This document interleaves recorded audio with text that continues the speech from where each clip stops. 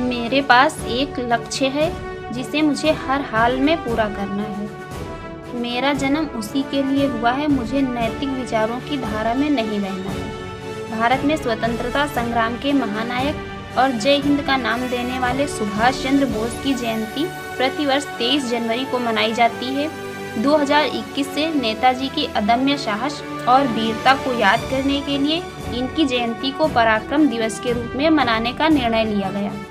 मां भारती के इस वीर सपूत का जन्म उड़ीसा के कटक में 23 जनवरी 1897 को हुआ था। नेताजी कुल 14 भाई बहन थे। सुभाष चंद्र बोस काफ़ी प्रतिभाशाली छात्र थे।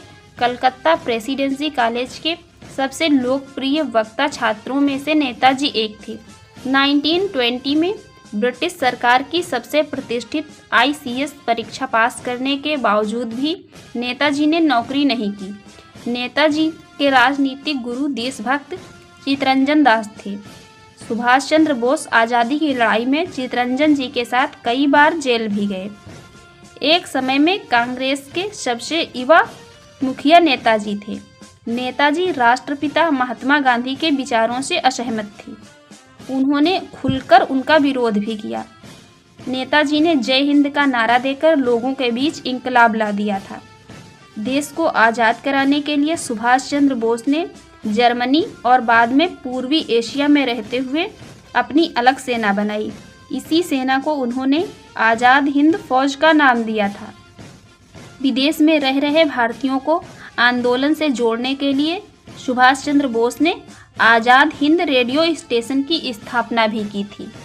कहा जाता है कि नेताजी की मृत्यु 18 अगस्त 1945 बैंकॉक से टोक्यो जाते समय विमान दुर्घटना में हुई थी।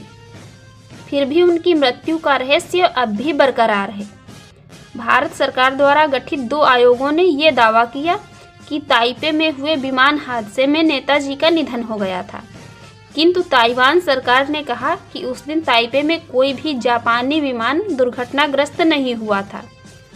आपको यह जानकर आश्चर्य होगा कि नेताजी की मृत्यु के बाद भी उनके जिंदा होने से संबंधित कई बातें सामने आई थीं, जो उनकी मृत्यु की घटना पर कई प्रश्न चिन्ह खड़े करती हैं।